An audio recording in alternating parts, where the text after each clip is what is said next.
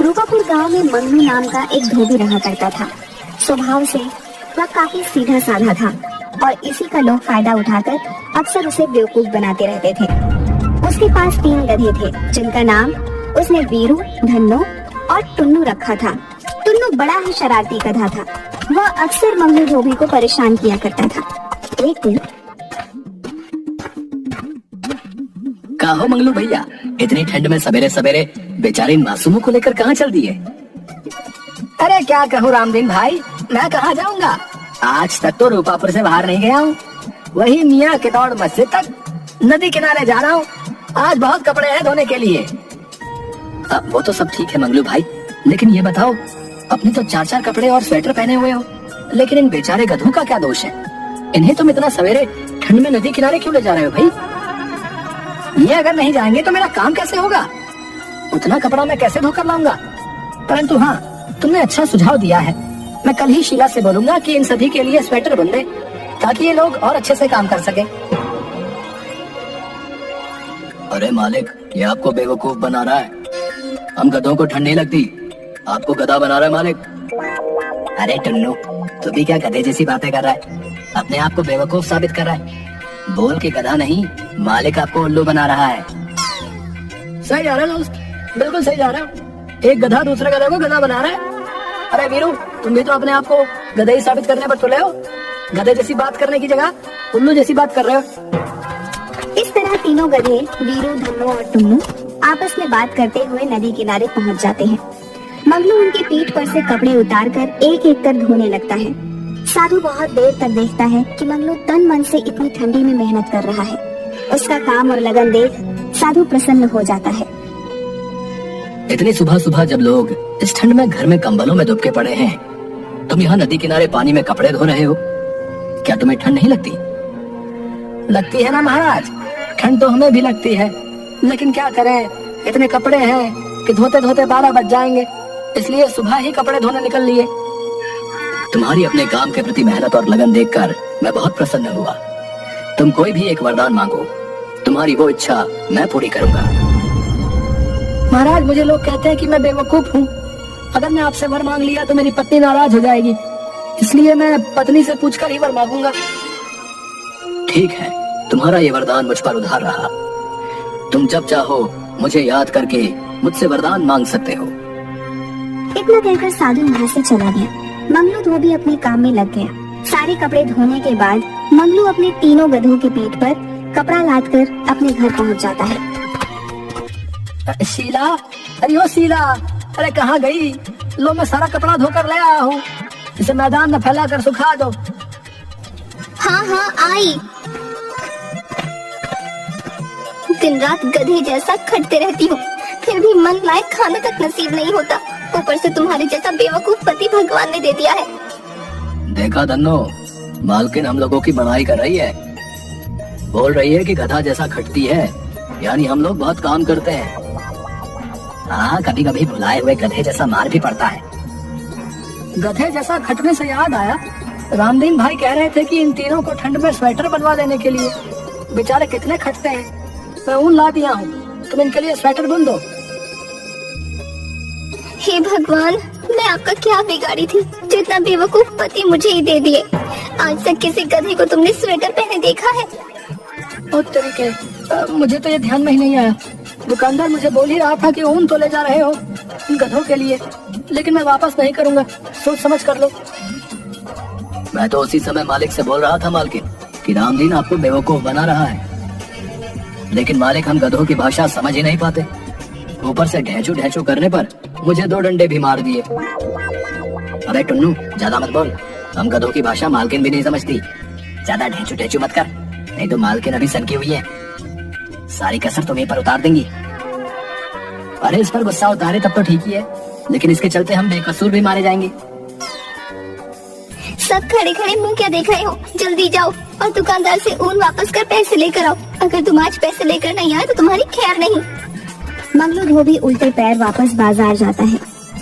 भैया, ये ऊन वापस कर दो और मुझे मेरे पैसे लौटा दो। गधों को ठंड थोड़ी लगती है। देखो भैया, मैं तुमसे पहले ही कह रहा था कि सोच समझ के ऊन लो, ये वापस नहीं होगा। लेकिन तुमने माना नहीं और बोले कि हमें ऊन दे दो, इसलिए अब मैं इसे नहीं लौटाऊंगा।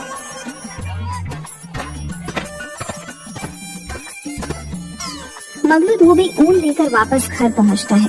उसके हाथ में ऊन देखकर शीला का गुस्सा 7वें आसमान पर पहुंचता है। वह मंगलू धोबी को खूब खरी खोटी सुनाती है। अरे क्या हुआ शीला, क्यों बेचारे मंगलू को भला बुरा कह रही हो? इतना बुद्धू है कि कोई भी इसे बेवकूफ बना देता है। रामदीन भैया के कहने पर गधों के लिए इतना सारा ऊन ले आया और स्वेटर बुनने को बोल रहा है। वैसे 4 गधों के लिए ऊन थोड़ा कम है। पर हमारे पास तो 3 ही गधे हैं। अच्छा, गांव के सभी लोग इसको गधा बनाते हैं और तू अभी भी इसे आदमी ही मान रही है। ठीक है, चलता हूँ। वैसे इस गधे से 3 गधे ज्यादा स्मार्ट हैं।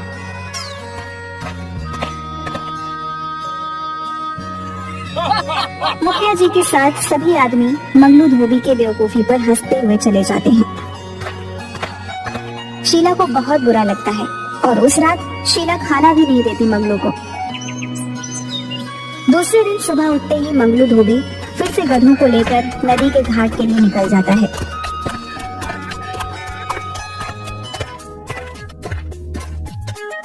क्यों भाई, गधों को स्वेटर नहीं पहनाया है क्या? क्यों सवेरे सवेरे मजाक उड़ा रहे हो भैया? वैसे ही कल तुमने ऊन नहीं लौटाया, इस कारण मुझे रात में खाना तक नसीब नहीं हुआ। ऐसे ही मेरा मन खराब है। इन गधों के चलते मैं हमेशा सबसे सुनता रहता हूँ। देख रहे हो ना वीरू भैया, मालिक अपना दोष हम गधों पर लाद रहे हैं। क्या करोगे टुन्नू, हम गधों की किस्मत में गधों जैसा ही जीना और गधों जैसा ही मरना लिखा है। देखो मंगलू भाई, मैं एक सुझाव दे रहा हूँ, अगर ठीक लगे तो कर लो, नहीं तो इन गधों के जैसे जिंदगी भर जीना पड़ेगा।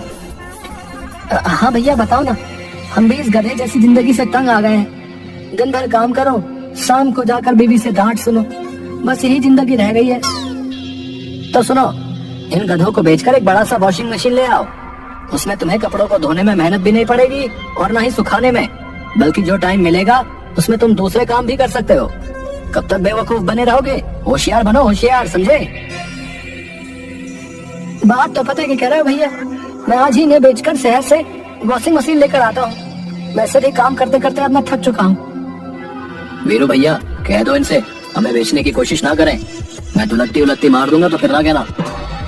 अरे अरे अरे, गुस्सा नहीं करते टुन्नू भाई, अब मालिक जो चाहे वो कर सकता है। हो सकता है हम लोगों को इससे भी अच्छा मालिक मिले। अब ये तो उनकी मर्जी है, हम लोग तो गुलाम है। यहाँ भी काम करना है और वहाँ भी काम करना है, इतना गुस्सा अच्छा नहीं। बात तो तुम ठीक कह रहे हो वीरू भैया, लेकिन हमें चिंता इस बात की है कि हमारे मालिक बेवकूफ हैं, जल्दी दूसरों की बातों में आ जाते हैं, आगे पीछे सोचते नहीं। अगर वॉशिंग मशीन लेंगे तो गांव में बिजली है तो नहीं, फिर उसे चलाएंगे कैसे? मंगलू धोबी बिना सोचे समझे यह सोच कर कि दुकानदार की बातों में दम है, अब हम भी मॉडर्न धोबी बन जाएंगे और कम समय में बिना ज्यादा मेहनत के ज्यादा से ज्यादा पैसा कमाएंगे। यही सोचकर मंगलू धोबी अपने गधों को एक धोबी को बेचकर उन पैसों से शहर से बड़ा सा वॉशिंग मशीन लेकर सीधा अपने घर चला आता है। घर पहुंचते ही उस बड़े सी वॉशिंग मशीन को देखने के लिए पूरा गांव मंगलू धोबी के घर पर उमड़ पड़ता है। मंगलू धोबी अपने बेटे बबलू को पैसे देकर हलवाई की दुकान से लड्डू मंगवाता है और सारे गांव वालों को बांटता है। अरे वाह मंगलू, तुमने तो कमाल कर दिया भाई। हमारे गांव में पहली वॉशिंग मशीन है जिसे तुम खुद खरीद कर लाए हो।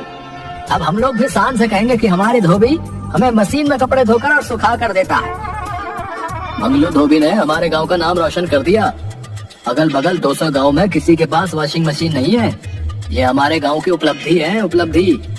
अतः हम सब मुखिया जी से आग्रह करते हैं कि मंगलू धोबी को एक शॉल गिफ्ट कर उसे सम्मानित किया जाए। मुखिया जी दुकानदार से एक शॉल मंगवाकर मंगलू धोबी को सम्मानित भी करते हैं। मंगलू धोबी सहित उसके परिवार का सीना चौड़ा हो गया था, क्योंकि आज पूरा गांव उसकी जय जयकार कर रहा था। मंगलू धोबी एक लंबा चौड़ा भाषण दे डालता है। आदरणीय मुखिया जी, गांव के सम्मानित लोग और हमारे गांव के साथियों, जैसा कि आप लोग जानते हैं कि जीवन भर मुझे बेवकूफ धोबी के नाम से नवाजा गया, लेकिन आज वही लोग मुखिया जी सहित हमारी सोच को सलाम करते हुए हमारी जय जयकार कर रहे हैं। अंत में मैं गांववासियों से यही कहना चाहूंगा कि कोशिश करते रहने से हमारे जैसे बुद्धू बेवकूफ आदमी भी अपनी सोच की बदौलत गांव की शान बन सकते हैं। आप लोग भी गांव को आगे बढ़ाने के लिए हमारी जैसी सोच पर अमल कर गांव को तरक्की के रास्ते पर आगे बढ़ाएं। जय रूपापुर की जनता। भाई वाह, हमें आज तक नहीं मालूम था कि अपना बेवकूफ समझे जाने वाला मंगलू धोबी इतनी सरलता से सटीक भाषण दे सकता है। गांव के युवाओं को मंगलू धोबी से इंस्पायर होने की जरूरत है भाई। एक बार फिर से मंगलू धोबी को गांव के लिए उपलब्धि पर तहे दिल से शुक्रिया। भाइयों एवं बहनों, अब मुखिया जी वॉशिंग मशीन का स्विच दबाकर उद्घाटन करेंगे। कृपया आप लोग जोरदार तालियों से मंगलू धोबी की इस उपलब्धि का स्वागत करें। ला भाई, एक नारियल पहले फोड़ दूं, उसके बाद स्विच ऑन कर वॉशिंग मशीन चलाएंगे। 1 मिनट रुक जाइए मुखिया जी। हम सब वॉशिंग मशीन गांव में आने की खुशी में ये भूल गए कि हमारे गांव में तो बिजली अभी आई ही नहीं है, तो फिर वॉशिंग मशीन चलेगी कैसे? अभी तक जो मुखिया जी और गांव वाले मंगलू धोबी को जो सर आंखों पर उठाए हुए थे, अब उसे महाबेवकूफ, बुद्धू, न जाने क्या क्या उपाधि देकर उसे भला बुरा भी कहने लगे। शीला खटिया पर बैठी सर को पकड़े अपनी पति की बेवकूफी पर उसी को कोस रही थी। भाई, गधा जब घोड़ा बनने की कोशिश करता है तब ऐसे ही सब लोगों के ताने सुनने पड़ते हैं, समझे? मंगलू भाई, एक सुझाव और मान लो, गांव में बिजली ला दो। मंगलू भाई संभल कर, ये मजाक कर रहा है। क्या हुआ शीला, तुम सर पकड़ कर क्यों बैठी हो? जिस घर में 4-4 गधे हो उस घर की मालकिन की स्थिति समझी जा सकती है। 4 नहीं 5 गधे, क्योंकि गधे की बीवी भी गधी ही होती है। सभी गांव वाले हंसने लगते हैं। गांव वालों के ताने से बचने के लिए मंगलू धोबी पूरे परिवार के साथ नदी किनारे जाकर उदास बैठा रहता है। तभी वहाँ पर वही साधु आता है जिसने कहा हुआ रहता है कि तुम्हारा एक वरदान मेरे पास उधार है। क्या हुआ बालक, इस तरह एकांत में सब परिवार उदास बैठने का कारण जान सकता हूँ क्या? महात्मा साधु जी, कृपया हमें वर दें कि किसी तरह से मेरा वॉशिंग मशीन चलने लगे। ये लो बच्चा त्रिशूल, इसे मशीन में लगा देना। ये सूर्य, तारों और ग्रहों से एनर्जी लेकर वॉशिंग मशीन चलाएगा। जा बच्चा, कल्याण हो जाएगा, जा।